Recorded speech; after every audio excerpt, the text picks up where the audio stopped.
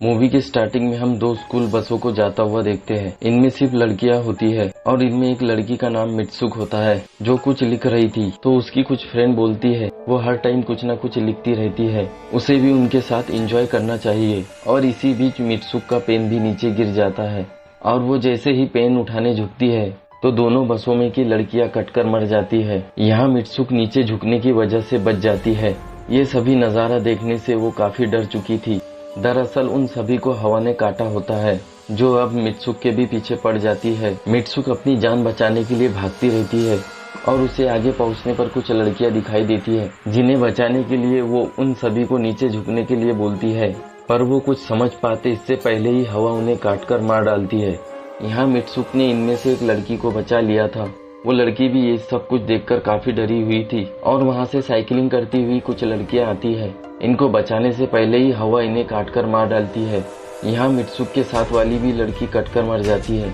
अब सिर्फ मित्सुक ही बची हुई थी जो फिर से अपनी जान बचाते हुए जंगल में पहुँचती है, जहाँ वो एक नदी के पास काफी सारी लाशें देखती है और मित्सुक को उन्हीं में से एक के साथ अपने कपड़े एक्सचेंज करने पड़ते हैं, जो अपने आप को साफ करके जंगल से होते हुए स्कूल पहुँचती है, जहाँ पर मित्सुक को अपनी एक बेस्ट फ्रेंड मिलती है। मित्सुक उससे पूछती है कि क्या वो आकी है, यानी उसे यहाँ ये भी पता नहीं चल रहा था कि वो उसकी बेस्ट फ्रेंड है। और तभी वहाँ एक हवा का झोंका आता है जिससे डरकर मित्सुक स्कूल में भाग जाती है।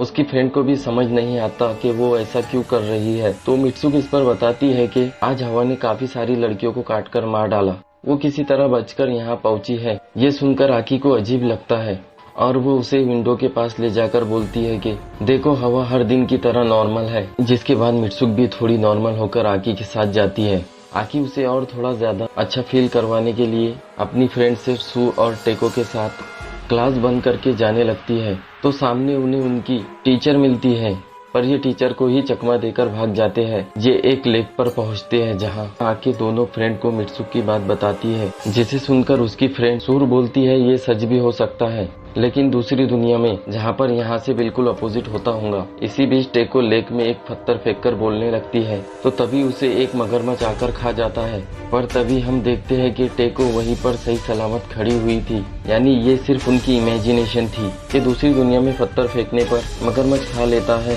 लेकिन यहाँ ऐसा कुछ नहीं होता। और ये वहीं पर लगा एक बिस्तर देखते हैं जिसके तकियों के साथ ये सभी खेलने लगती है। इसी बीच मित्सुक को दो लड़कियां दिखाई देती है जिन्होंने एक दूसरे से शादी की थी।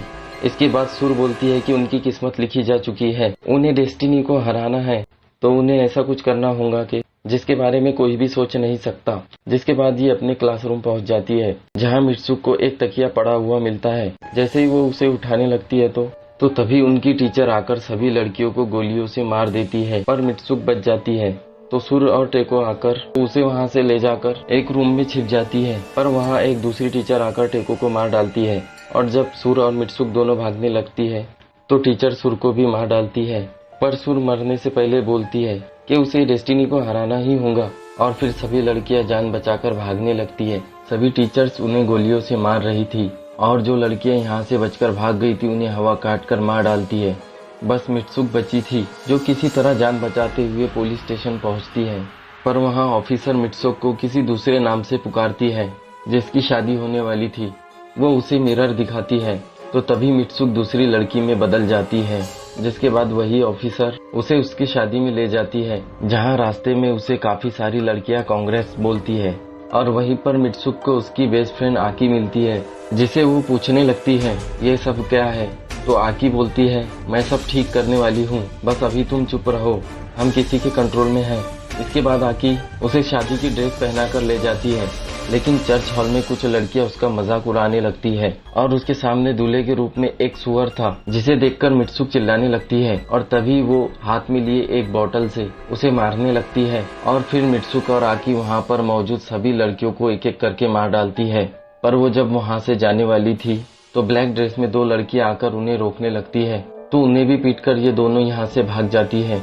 मित्सुक भागते हुए बाहर आकर खुद को एक मिरर में देखती है तो फिर से वो एक दूसरे लड़की में बदल जाती है जो एक रेस का हिस्सा थी। कुछ लड़कियां आकर उसे बोलती है उन्हें ये रेस जीतनी होगी। ये सुनकर मित्सुक भागने लगती है, पर कुछ देर बाद मित्सुक अपनी फ्रेंड सुर और टेको को साथ देखती है, जो बोलती है उसे इस दुनिया से जाना होगा। ये सुनकर मित्सुक अपना रास्ता बदलकर एक अंधेरी वाली जगह पहुंचती है, जहां एक लड़की आकर उसे अंदर लेकर जाती है, जहां काफी सारी लड़कियां स्कूल का ड्रेस पहनी हुई थी।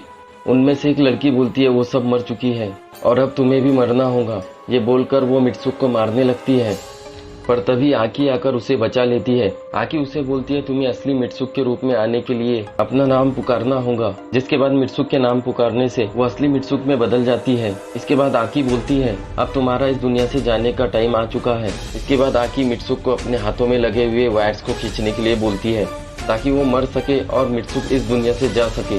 पर मित्सुक आकी से बहुत प्यार करती थी, इसीलिए वो ये नहीं करना चाहती थी। पर आकी के ज्यादा ही कहने पर वो वायर्स को खींच देती है, जिससे आकी के 2 टुकड़े हो जाते हैं और उसके मरने से एकदम दरवाजा खुलता है। मित्सुक उसके अंदर जाती है तो एक दूसरी दुनिया में पहुंच जाती है, जहां शेरिफ आदमी थे।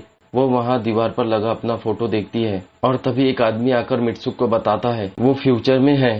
तो मित्सुक ये सुनकर बेहोश होकर गिर जाती है और जब उसे होश आता है तो वो खुद को एक बूढ़े आदमी के पास पाती है, जो गेम खेल रहा था और वहाँ काफी सारी लड़कियां खड़ी थी।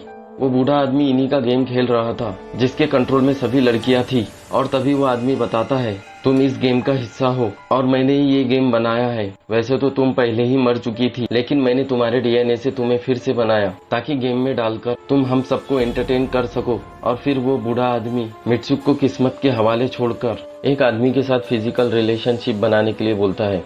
ये सब सुनकर मित्सुक को कुछ समझ नहीं आता। वो बिस्तर पे जाके लेट जाती है और तभी उसे याद आता है उसकी फ्रेंड सुर ने कहा था अगर उन्हें डेस्टिनी को हराना है तो कुछ ऐसा करना होगा जो कोई सोच भी नहीं सकता। और तभी वो बिस्तर पे लेटे आदमी का गला दबाकर बोलती है बस अब बहुत हुआ, तुम और ज्यादा खिलौनों की तरह हमसे नहीं खेल सकते। और तभी मित्सुक खुद को मार लेती है। ये देखकर वो बूढ़ा आदमी चिल्लाने लगता है, जिसके बाद गेम में मित्सुक के सभी कैरेक्टर खुद को मार लेते हैं। और फिर हम मूवी के क्लाइमैक्स में मित्सुक को बर्फ में पड़ा हुआ देखते हैं। वो गेम वाली दुनिया से निकल चुकी थी, जिसके बाद वो उठकर वहां से चली जाती है और ये मूवी यहीं पर खत्म हो जाती है।